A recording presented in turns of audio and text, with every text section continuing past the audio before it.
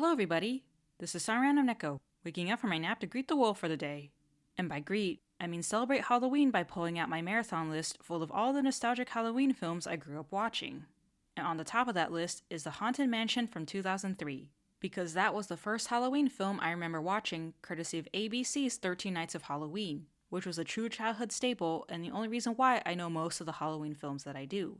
So just a quick heads up that the nostalgia-tinted glasses will be particularly rosy for this review. Workaholic real estate agent Jim Evers takes a detour on a family vacation and brings his wife and business partner Sarah, along with their two kids Megan and Michael, over to an old mansion located in the remote Louisiana bayou. An unexpected thunderstorm leaves them stranded, and they're forced to spend the night as guests of the eccentric Master Gracie and his mysterious butler Ramsley. However, the Evers soon come to learn that there's more to the mansion than meets the eye, and find themselves involved in a ghostly plot to break a curse before time runs out and they're trapped alongside the spirits of the mansion's haunted past. The Haunted Mansion is a fun film, and the story clearly reflects this. It's not deep in any way, nor does it have much substance to it, but it's good in the sense that it's not trying to be more than what it is, which is a vehicle for fun, family-friendly haunted shenanigans, with some gothic romance added for spice. That's still trying to teach kids the lesson that spending time with family is good and substituting money for love is bad. So, a classic 2000s live-action Disney film. The story is also based on the Haunted Mansion ride at Disneyland, but I think it's more accurate to say that it's inspired by rather than based on, as there's so much creative interpretation going on here that the film's story has as much to do with the ride story as the Pirates of the Caribbean did with its ride before the franchise blew up. Anyways, while the story's alright, it's the characters that are the main driving force of the film and the reason why I enjoy watching it in the first place. For the living, we have Eddie Murphy as his usual wisecracking motormouth self in the role of Jim Evers, a man who truly loves his family but has unfortunately allowed work to get in the way of spending time with them. Then there's Sarah, his wife and counter to his workaholic energy, who also shares an unexpected connection to the Haunted Mansion's past. Megan, their daughter, who's a classic 2000s preteen going through her sarcastic rebel phase, and Michael, their son, who's the only one who'd survive in an actual horror film because he nopes out at even the smallest sign of danger, and it's only because of everyone else that he keeps getting dragged back in. And for the dead, we have Mr. Gracie, whose entire demeanor really fits the gothic romance angle of the story, and is creepy enough to the point where I'm always baffled by the fact that only Jim reacts appropriately from the get-go. Then there's Ramsley, the head butler, who's always a delight to see, especially with the way he deliberately jump scares everyone. The other service staff members, Emma, a maid proud of her culinary skills, and Ezra, a witty butler who's played by the brilliant and very recognizable Wallace Shawn. And finally the gypsy, Madame Leota, who is the best character in the entire film despite literally being a head in a glass ball, and I absolutely love the comedic chemistry between her and Jim.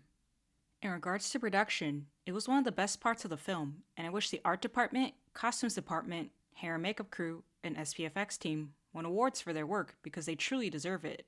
All the sets were really detailed and immersive, making it feel like you've been transported back to a Victorian-inspired 19th century era that's been frozen in time within the mansion.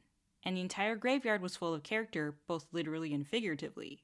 The costumes for all the ghosts were well made and incredibly detailed despite most of them only being seen in a few scenes for a few moments. And the zombies were really well done, as I found them much scarier than even the walkers of The Walking Dead, who looked more gross than creepy. The soundtrack was good and appropriately spooky, really fitting the vibes of the gothic horror environment. The CGI and practical effects were also amazing, as they managed to avoid going into the uncanny valley.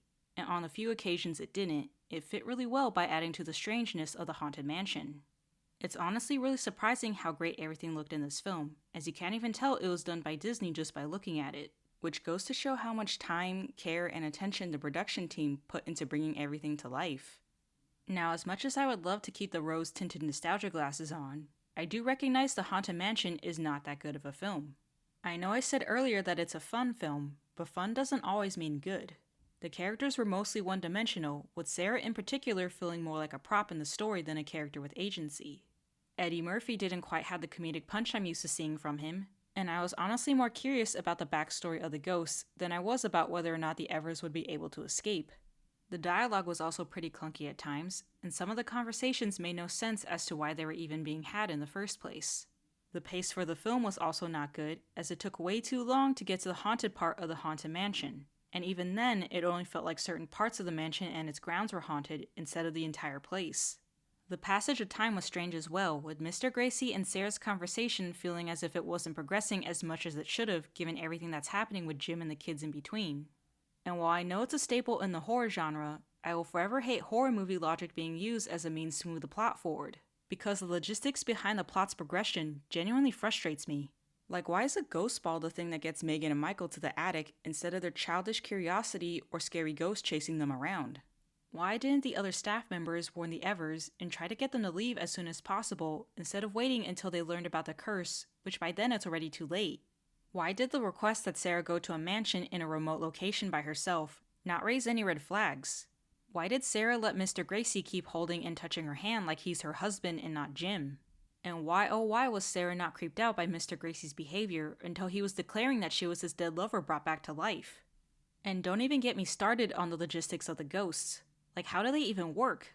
What were the rules for the supernatural here? How could they and the living physically interact with each other the way they did? Is it something the ghosts can control, or only something they can do in the mansion? How are they able to cook edible food for the living? How are they able to eat said food? How are ghost horses able to pull a real carriage that broke through a wall? How is a ghost able to bring someone back to life? And I can keep going on, but we'll be here forever if I do, so I'm just going to wrap things up now before I drive myself insane with all these unanswered questions.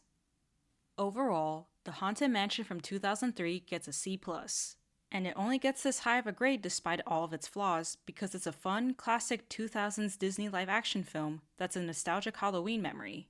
The story was a bit all over the place and lacked substance, but it was still enjoyable courtesy of the characters and the great production, bringing the Haunted Mansion to life. Disney's brand of horror and humor were quite alright barring the many instances of horror movie logic that would have all the Evers except Michael meet a gruesome end in an actual horror movie. Speaking of, I believe The Haunted Mansion would have fared better as a straight-up gothic romance horror film as the story would have benefited from having more focus and less shenanigans. Because the film is one you can only truly enjoy by turning off your brain or else all of its flaws will be easily seen.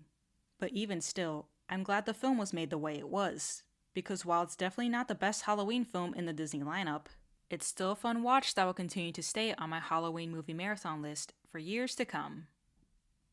I hope you guys enjoyed this video. Reminder that this is just my opinion, so you can take it with as many grains of salt as you want. I know mine either way, and would love to hear your thoughts in the comment section down below. Please feel free to like, subscribe, and comment which film you'd like me to give my 2 cents about next. This is some random Neko, going off to enjoy the rest of my Halloween movie marathon now. Don't forget to keep calm and just meow.